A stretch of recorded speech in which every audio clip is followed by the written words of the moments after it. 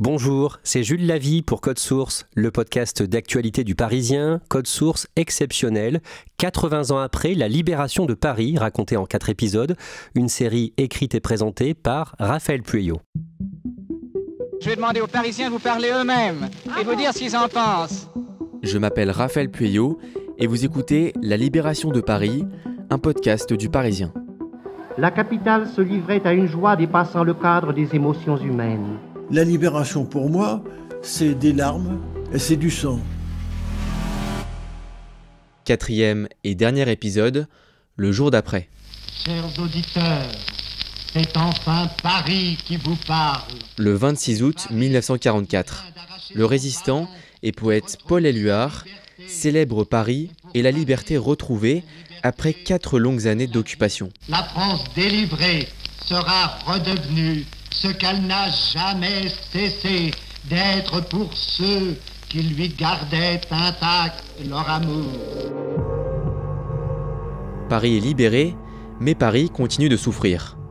Les Parisiens comptent leurs morts, et dans les rues, des tireurs non identifiés sèment la panique depuis les toits. Ce 26 août 1944, après avoir descendu les Champs-Élysées en héros, que fait le général de Gaulle ? De Gaulle, dans un premier temps, il va continuer son chemin, il va s'arrêter à l'hôtel de ville, il va finir à Notre-Dame.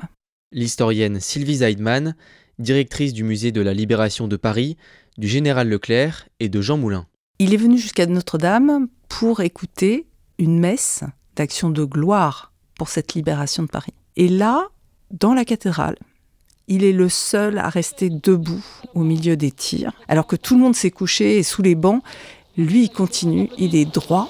Le général de Gaulle fait son entrée, il relève les chaises, il a échappé miraculeusement à cet attentat. Et tandis que les soldats de la 2e DB vont pourchasser dans les galeries, essayer de trouver ces tireurs, lui, il va être imperturbable.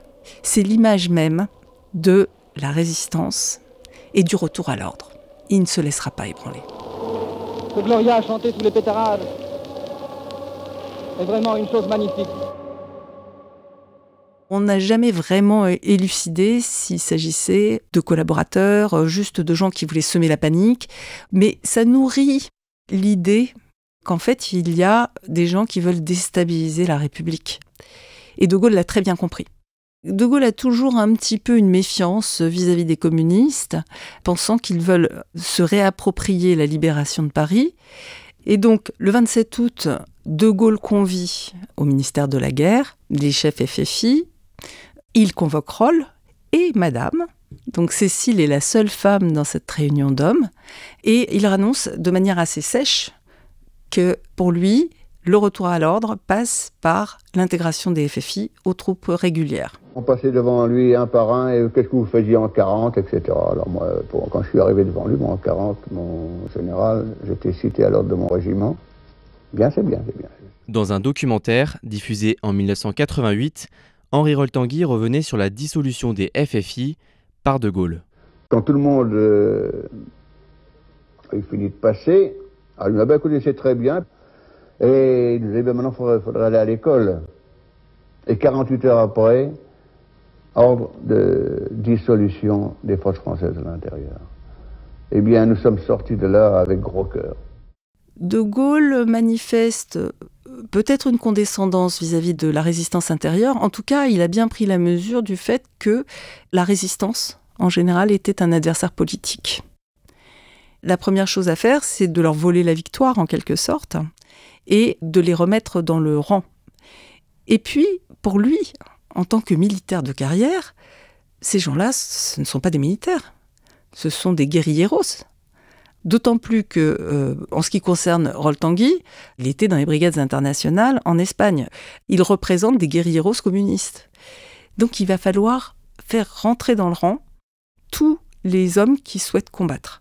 Les faire rentrer dans le rang, ça passe par une remise à niveau, entre guillemets, pour qu'ils acquièrent les principes de discipline de l'armée. Comment se passe l'intégration des forces françaises de l'intérieur dans l'armée ? C'est très humiliant, ça va très mal se passer. L'intégration ne va pas être facile. Il va même y avoir une colonne qui va être menée par le colonel Fabien, qui est un communiste, qui va aller vers les Américains, plutôt que de se soumettre à l'armée française. Et Roll, lui, sa mission juste après la libération de Paris, ça va être de faciliter l'entrée des forces françaises de l'intérieur dans l'armée régulière. Il sera facile de faire de cette armée de guérilla une armée régulière. Le combat pour la même cause est le meilleur ciment de l'unité. Sylvie Zeidman, le 27 août, au lendemain du défilé des Champs-Élysées, est-ce que Paris en a fini avec la guerre ? Il faut avoir une vision globale de la région parisienne les 27 et 28 août. On se bat. On se bat au Bourget, les combats sont très intenses, la 2e DB participe au combat, et vraiment, c'est un anneau défensif que les Allemands ont refait derrière Paris. Tout le monde sait que la guerre n'est pas terminée. Et en plus, le 26 au soir, il y a eu un bombardement, le dernier bombardement de Paris, qui a touché notamment l'hôpital Bichat. On est encore dans le chaos. On peut voir sur certaines images assez dures que les soldats allemands sont pris pour cible par les Parisiens. Les colonnes de prisonniers reçoivent des coups, des crachats, des injures. Enfin, on voit vraiment qu'il y a une tension et un désir de revanche vis-à-vis de ces Allemands, qui ont quand même fait passer 4 années très difficiles à la population parisienne. Et nous avons les images d'au moins une exécution sommaire, où on voit des Allemands qui n'ont plus leurs chaussures, donc ne sont pas en mesure de s'enfuir. Le FFI qui a la garde de ces Allemands, qui est débordé par le déchaînement de la population et qui finit par exécuter les soldats allemands. Donc il y a eu des exécutions sommaires, on en est sûr. Reste à savoir quelle ampleur ça a pris. Disons que la plupart des Allemands seront prisonniers de guerre. Les prisonniers allemands arrivent, les mains derrière la nuque. Je vous assure qu'ils n'ont pas l'air fiers, une foule immense les suit. Cette haine, qui s'exprime au lendemain de la libération, ne se dirige pas seulement contre les Allemands. Des Parisiens vont aussi subir la vindicte populaire, soupçonnés d'avoir collaboré avec l'occupant. Il faut voir ce que les frustrations, le désir de revanche, cette espèce de force noire que la libération va ouvrir, va laisser se déchaîner. Comme il reste dans la ville des personnes qui ont collaboré ou qui sont suspectées d'avoir collaboré, parce que, évidemment, on ne sait pas tout. Il va y avoir aussi beaucoup d'erreurs. Ces personnes-là vont être arrêtées, et puis certaines vont être violentées, battues. Et les femmes subissent un châtiment particulièrement humiliant. Celles qui sont suspectées d'avoir été des indiques pour la police, notamment, ou celles qui sont suspectées d'avoir livré les résistants à la police, elles vont avoir le crâne rasé. Ça se passe dans la rue et c'est vraiment de la vengeance immédiate, sans vérification, sans contrôle. Il y en a d'autres sur lesquelles on marque, voire on tatoue, une croix gammée sur le front. Et donc elles doivent se promener avec cette croix gammée, plus de cheveux, au milieu de la foule, au milieu d'une foule composée d'hommes et de femmes, des femmes qui vont devoir vivre avec ça après. Les combats ont fait environ 1700 morts du côté français et quasiment le double côté allemand. Que dire du bilan humain de la libération de Paris ? Je voudrais commencer par remettre la libération de Paris, qui est un événement hautement symbolique, dont on va parler jusqu'à Valparaiso et jusque dans les camps de concentration. Je voudrais la remettre dans sa réalité au niveau des pertes, des dégâts, etc. Il s'agit d'un événement qui a compté 100 fois moins de morts que, par exemple, la prise de Berlin. Heureusement, Paris a subi très peu de destruction. La libération s'est faite très rapidement avec, finalement, peu de victimes. Et donc, c'est une ville délivrée qui se retrouve dans une liesse, dans une joie. Il y a des balles qui vont s'improviser dans les rues de Paris, sur les places de Paris. Lundi soir à Paris, avec un groupe de FFI, des jeunes Parisiens qui ont fait le coup de feu pour chasser les Allemands de la capitale. La fête, elle va durer plusieurs jours. On sait qu'il va y avoir des soirées torrides qui vont se passer avec des soldats de la 2e DB, avec des FFI, avec des soldats alliés. Donc c'est vraiment un grand moment de liesse populaire. Derrière cette liesse populaire, je voudrais quand même dire que l'Allemagne ne s'est pas encore rendue, que les combats continuent. D'autres ne se réjouissent pas totalement, parce qu'ils ont des amis qui sont morts, parce qu'il y a des résistants qui ont été torturés, parce que tout ça, ils l'ont vu, et ça ne peut pas être une fête parfaite. Durant ce mois d'août 1944, les Parisiens découvrent aussi l'ampleur des crimes nazis. Juste avant le début de l'insurrection, des résistants ont été massacrés au pied de la cascade du Bois de Boulogne. Et au lendemain de la libération, d'autres charniers sont découverts. Quant à l'épuration sauvage, elle se poursuit au sein même de la capitale. Sylvie Zeidman, quel est le sort qui est réservé aux présumés collaborateurs arrêtés par les forces françaises de l'intérieur ? Ces présumés collaborateurs sont arrêtés, sont malmenés et ils vont être enfermés dans quelques lieux dans Paris, dans 6-7 lieux dans Paris, et notamment à l'Institut dentaire. C'était un lieu qui a été créé sur les fonds d'un Américain qui se souciait de bien-être social et qui voulait qu'il y ait un lieu pour soigner les dents des petits Parisiens pauvres. Et donc là vont être amenés des présumés collaborateurs et puis aussi, alors l'histoire est particulièrement louche, des gens qui ont vu des choses qu'ils n'auraient pas dû voir, des exactions commises notamment par des FFI, et donc ils vont se trouver pris dans la nasse et ciblés par des gens qui veulent les faire taire aussi. Donc c'est une histoire assez sordide où il va y avoir des exécutions et des corps qu'on va retrouver du fait des FFI. L'épuration sauvage assez sommaire, si on fait un décompte, aujourd'hui, on estime qu'il y a 9000 personnes qui ont été tuées. 9000 personnes dans la France entière ont été exécutées sommairement suite à des dénonciations et pour fait de collaboration. Ça n'est que 9000. C'est déplorable, mais ça n'est que 9000. Vous imaginez, c'est un pays de 39 millions d'habitants. On aurait pu s'attendre encore à pire. Et puis, il va y avoir l'épuration menée par l'état de droit. Et là, il va y avoir des morts aussi. Il va y avoir des gens qui vont avoir un procès équitable et qui, suite à cela, vont être exécutés. Alors, la condamnation à mort, c'est la condamnation ultime. C'est celle qu'on réserve vraiment aux grands traîtres. Je peux citer Pierre Laval, qui a été donc le Premier ministre de Pétain, et donc lui, il est condamné à mort et il est fusillé. Il faut voir qu'il y a beaucoup plus de procès que de condamnations à mort. Beaucoup de gens vont être condamnés à des peines de prison ou alors à l'indignité nationale. L'indignité nationale implique plusieurs sanctions.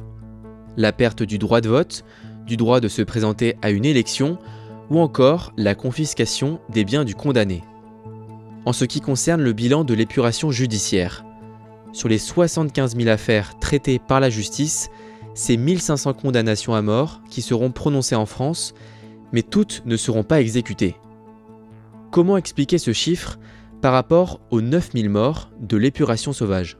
Soit on prenait la solution d'une épuration maximale, et là on se prive de tous les cadres qui pourraient participer à la reconstruction.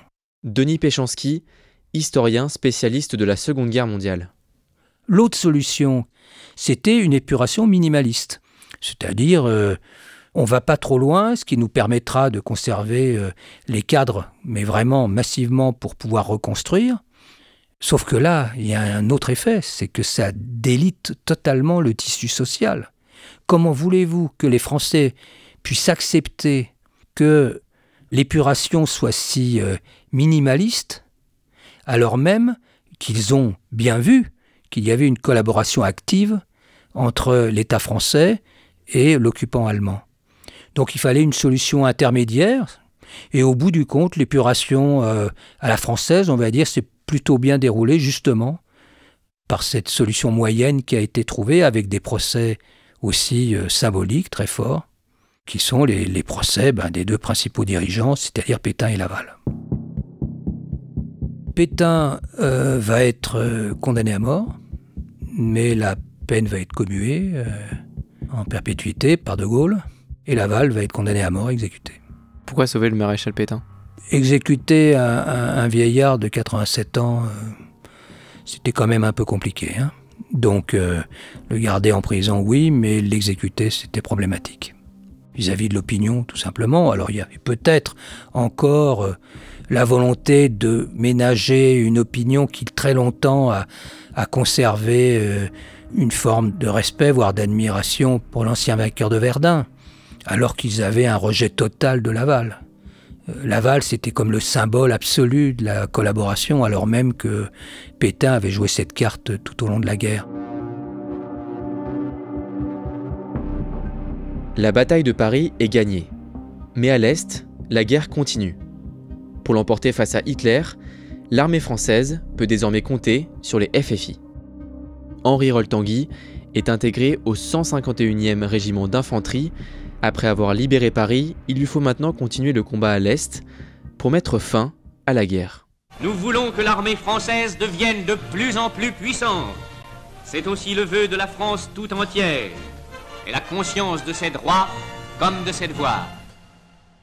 Quittons Henri Rol-Tanguy et le front de l'Est pour revenir à Paris. Nous sommes au début du printemps 1945. Les Parisiens assistent au retour des prisonniers, des travailleurs forcés du STO et des déportés. Les prisonniers reviennent chaque jour par milliers. Pour eux, le cauchemar est fini. Dans ce reportage du 27 avril 1945, c'est la figure du déporté politique, présenté comme un patriote résistant, qui est mise en avant. Ces Français, parce qu'ils ont été les premiers résistants, ont été jetés dans des camps qui étaient des bagnes. Seulement 4000 juifs reviennent des camps de la mort sur les 75 000 qui ont été déportés à l'Est. 11 000 d'entre eux étaient des enfants. Ces Juifs arrivent au Lutetia, ils sont accueillis par des organisations philanthropiques, sociales, qui les prennent en charge et parfois par un membre de leur famille qui a réussi à échapper à l'arrestation. L'historienne Renée Poznanski, spécialiste des Juifs en France. C'est l'horreur, ils arrivent dans des situations épouvantables, ils sont eux-mêmes extraordinairement affaiblis, amaigris, ils ne savent pas qui ils vont retrouver, les gens sont hagards, c'est une situation d'horreur. La parole des Juifs n'est pas vraiment écoutée à ce moment-là. Pourquoi ? Tout le monde a été victime pendant la guerre et il ne faut pas en parler. Il faut reconstruire la France et il vaut mieux ne pas trop en parler. Alors, en fait, ce qui est assez dramatique d'une certaine façon, c'est qu'il y a à cette époque-là des manifestations antisémites dans Paris. Alors, elles sont minoritaires, mais ce sont les seules manifestations qu'il y a. Alors, quelles sont ces manifestations ? Ce sont des manifestations, souvent, de gens qui ont profité des spoliations et qui ont peur de voir les Juifs reprendre leurs biens. Et partout, face aux administrations, les Juifs se voient répondre « Écoutez, il ne faut pas de victimes privilégiées, vous allez réveiller l'antisémitisme, il vaut mieux que vous restiez discrets. » On appelle les Juifs à être discrets sur le sort qui a été le leur pendant la guerre. Certaines restitutions se sont pas trop mal passées, certains ont été réintégrés dans leurs droits, mais tout s'est fait dans la douleur et surtout dans la discrétion. Est-ce que la mémoire juive parvient quand même à exister dans les mois qui suivent la libération ? La mémoire juive, très rapidement, s'est exprimée dans ses propres cadres juifs. Il y a eu dans ce cadre-là des organisations juives, des journaux juifs, le Centre de documentation juive contemporaine, qui est devenu le mémorial de la Shoah, qui a été créé dans la clandestinité en 1943, puis recréé en France dès la libération, s'est chargé de collecter des documents, de publier des livres sur ce qui est arrivé aux Juifs pendant la guerre. Mais c'était une institution privée. Les institutions nationales publiques n'ont strictement rien fait, ça ne les concernait pas. C'est comme s'il y avait une histoire des Français et une histoire des Juifs, comme s'il s'agissait de deux sujets qui n'avaient aucun rapport l'un avec l'autre.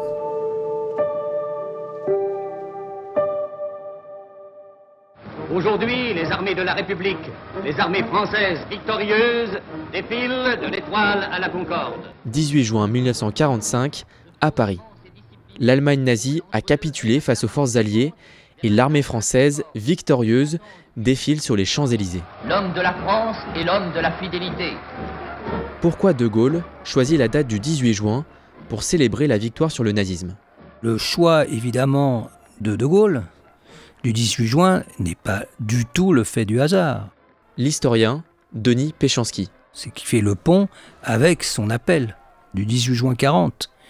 Et d'une certaine façon, il efface Vichy en s'inscrivant dans la continuité de son appel. La France était à Londres et elle est là maintenant aux Champs-Élysées.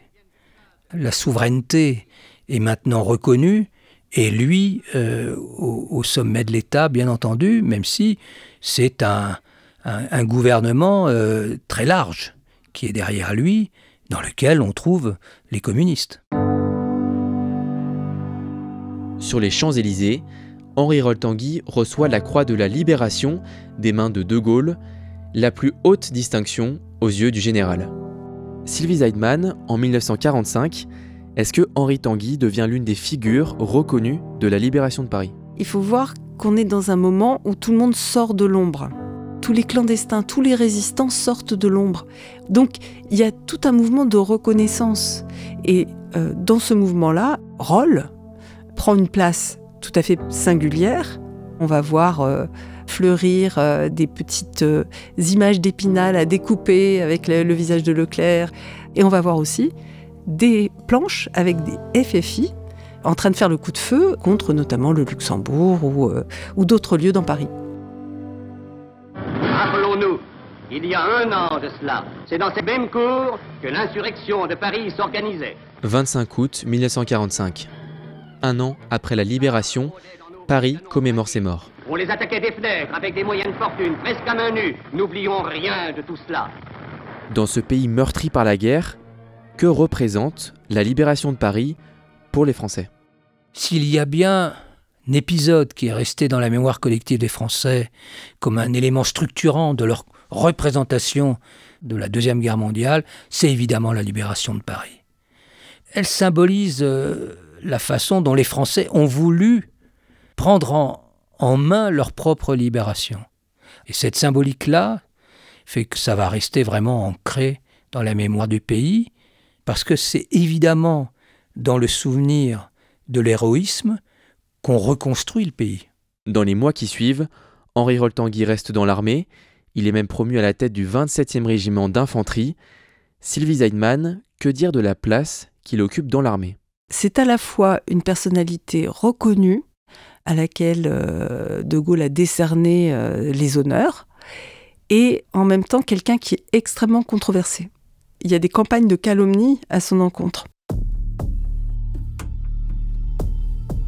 Du fait de son ancienne position de chef des FFI, donc on va lui attribuer des vols, des pillages, etc. Et puis, principalement du fait qu'il est communiste.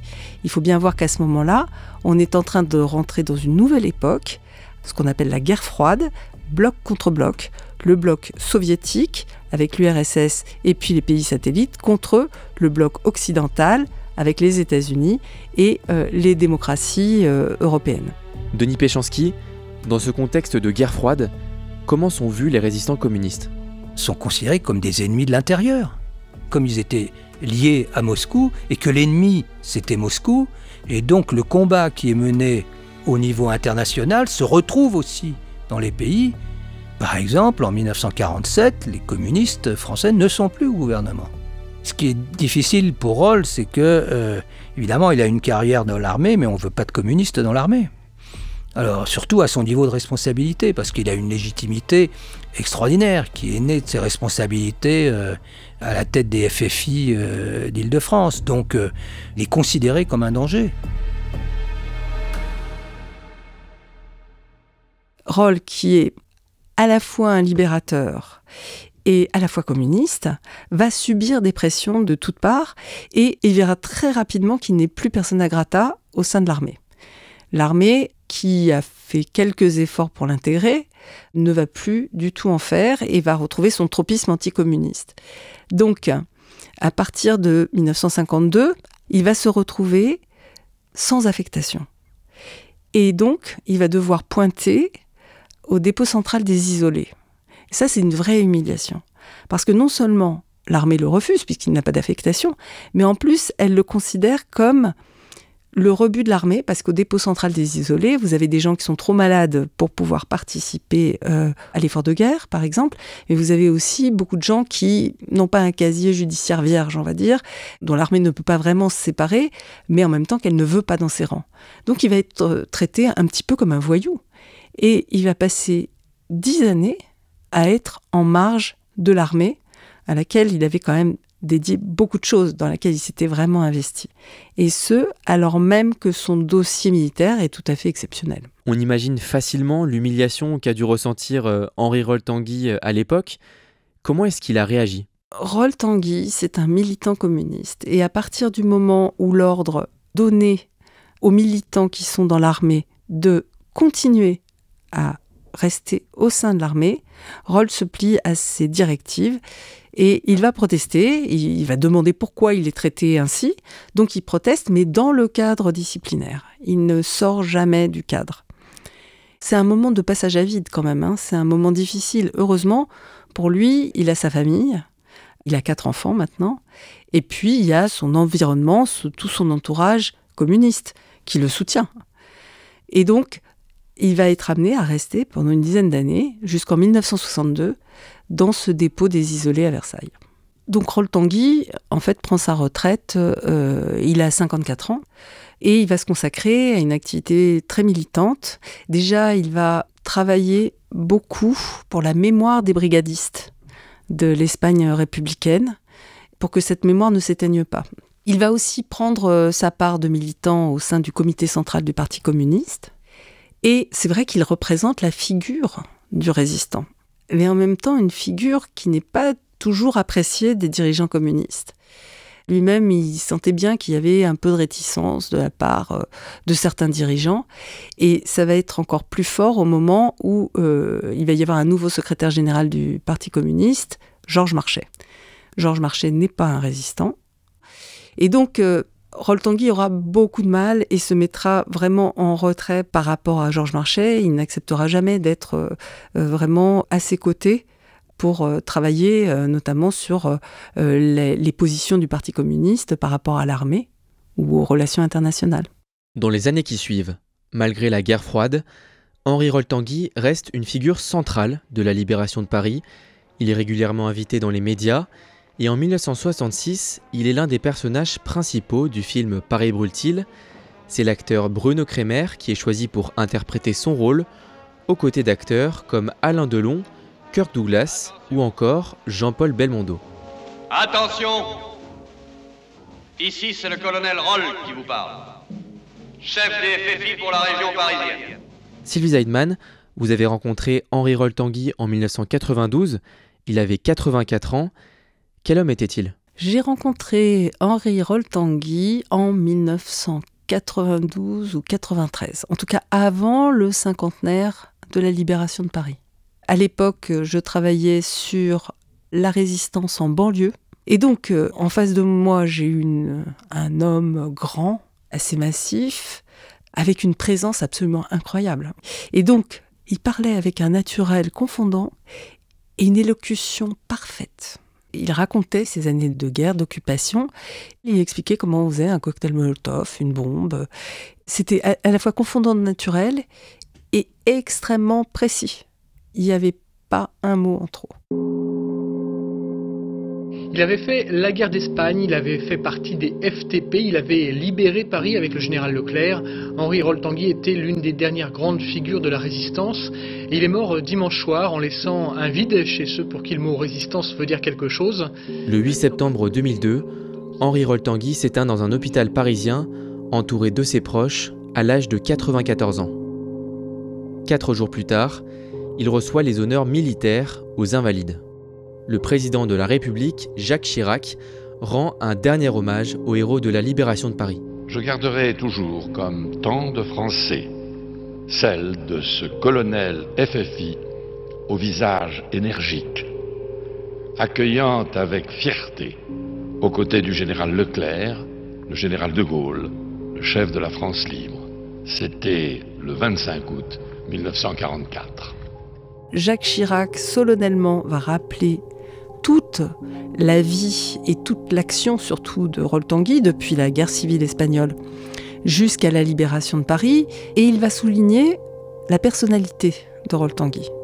Il va souligner son courage, son humanité, son charisme, et il va aller jusqu'à comparer les appels de Rol-Tanguy aux appels de Victor Hugo en 1870. Il installe l'icône. Après la mort d'Henri Rol-Tanguy, un collège, des rues, des places et quelques avenues ont été rebaptisés à son nom. Mais c'est sans comparaison face à d'autres figures de la libération de Paris, comme celle du général Leclerc, qui compte aujourd'hui plus de 1400 rues et avenues. Sylvie Zeidman, comment expliquer une telle différence mémorielle entre ces deux héros de la libération de Paris que sont le général Leclerc et Henri Rol-Tanguy? Vous avez une histoire qui est une histoire parisienne et une autre histoire qui est une histoire internationale. Leclerc a contribué à la fois en Afrique et puis après, avec le débarquement, à la libération de la France et jusqu'à la capitulation de l'Allemagne. Donc on a un personnage, par un certain côté, qui a une envergure au-delà de la simple région parisienne. Leclerc est mort en 1947. Ses funérailles ont été grandioses. Il a été élevé à la dignité de maréchal. On a donné son nom à une avenue, qui est l'avenue qu'il a empruntée le 25 août 1944 au matin. Quand il s'est agi de donner le nom d'Henri Rol-Tanguy à une portion de rue, finalement, ce qui a été retenu et ce qui a été décidé, c'est simplement la portion qui se trouve entre, on va dire, le débouché de l'avenue du Général Leclerc et le Lion de Belfort. C'est-à-dire un petit bout de trottoir qui doit faire une 50aine de mètres, à rapporter avec l'immensité de l'avenue du Général Leclerc. Ça montre bien que dans le récit national, dans la construction qu'on a fait du récit national, Leclerc, c'est le libérateur, et c'est lui qui représente la France en armes. Il y a moins de place dans le récit national pour les forces françaises de l'intérieur. Le 8 mai 2020, alors que la France commémore le jour de la victoire face au nazisme, Cécile Rol-Tanguy pousse son dernier souffle. Elle avait 101 ans. Jusqu'au bout, elle a tenu à entretenir la mémoire de la libération de Paris, la mémoire de son mari. Cécile a repris le flambeau d'Henri. Elle a été vraiment extrêmement présente pour défendre la mémoire et plus encore l'histoire. Elle a vraiment voulu ça et elle a légué le flambeau à ses enfants. Je pense que ça, c'est vraiment une belle histoire. Mais c'est aussi une histoire de continuité. Cécile, on lui doit vraiment beaucoup. Parce que c'est grâce à Cécile Rol-Tanguy que le musée de la Libération de Paris, musée du Général Leclerc, musée Jean Moulin, est installé là où il est actuellement. C'est parce que Cécile voulait absolument que l'abri de défense passive dans lequel elle a passé une semaine plutôt pénible lors de la Libération de Paris, que ce soit accessible et qu'on puisse montrer ces lieux au public. Et donc, il y a quelques semaines, on a inauguré dans Paris une école Cécile Rol-Tanguy, dans le 20e arrondissement, à côté de la rue Louis-Gagne. 80 ans après, la France continue de célébrer la libération de Paris pour que ne tombent pas dans l'oubli ceux qui ont participé à la libération de notre territoire, à la chute du nazisme. À l'occasion des commémorations qui auront lieu cet été à Paris, rappelons-nous d'Henri et Cécile Rol-Tanguy et de ces milliers d'autres, ceux qui sont morts pour la France. Missak Manouchian était l'un d'entre eux. Aux côtés d'Henri et Cécile, ce jeune militant communiste arménien s'est battu jusqu'au bout avec la résistance parisienne. Le 21 février 1944, il tombait sous les balles des nazis. Cette année, 80 ans après son exécution au Mont-Valérien, la France lui rendait hommage au Panthéon. Ce jour-là, pour la première fois de l'histoire, un résistant communiste étranger entrait au Panthéon. Ce jour-là, Missak Manouchian entrait dans sa dernière demeure, aux côtés de sa femme, Mélinée. Denis Péchanski, vous avez été le conseiller historique du comité pour la panthéonisation de Missak Manouchian. Ce 21 février 2024, vous étiez présent au Panthéon pour assister à ce jour historique. Il y avait une charge émotionnelle extraordinaire avec cette remontée des deux cercueils le long de la rue Soufflot, depuis le jardin du Luxembourg, mais arrive un moment suspendu. L'interprétation de l'affiche rouge par Feu Chatterton. Il est dehors, il est sous la pluie, il est face au cercueil, et derrière, face à la rue Soufflot, et au-delà, la tour Eiffel. Et là, il va comme se sublimer. Il va chanter l'affiche rouge comme jamais il ne l'a chanté. Vous n'avez réclamé la gloire ni les larmes, ni l'orgue ni la prière. aux agonisants. C'était La Libération de Paris, une série réalisée par Pierre Chaffanjon. Production, Thibault Lambert et Clara Garnier-Amouroux. Vous étiez servis simplement de vos armes. Merci à Laurence Vaugeois, Charles de Saint-Sauveur, Lisa Jo et Jean-Hugo Hill pour leur aide. Et puis un remerciement tout particulier aux historiennes et aux historiens qui ont participé à cette série, Denis Péchanski, Jean-François Murassiol, René Poznanski et Sylvie Zeidman. Noir de barbe et de nuit, hirsute menaçant. La Libération de Paris est un hors-série de Code Source, le podcast d'actualité du Parisien. La justice viendra sur nos pas triomphants. Ah, mon amour, ma Mélinée, mon orpheline.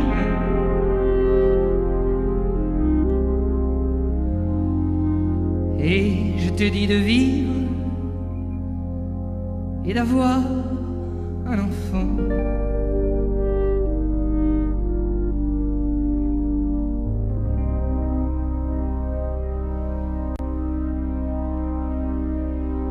Ils étaient 23 quand les fusils fleurirent.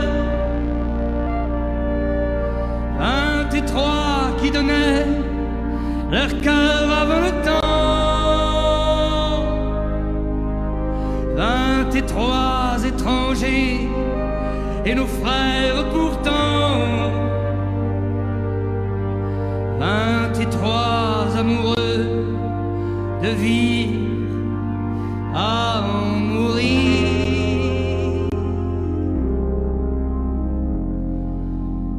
23 qui criaient la France en s'abattant.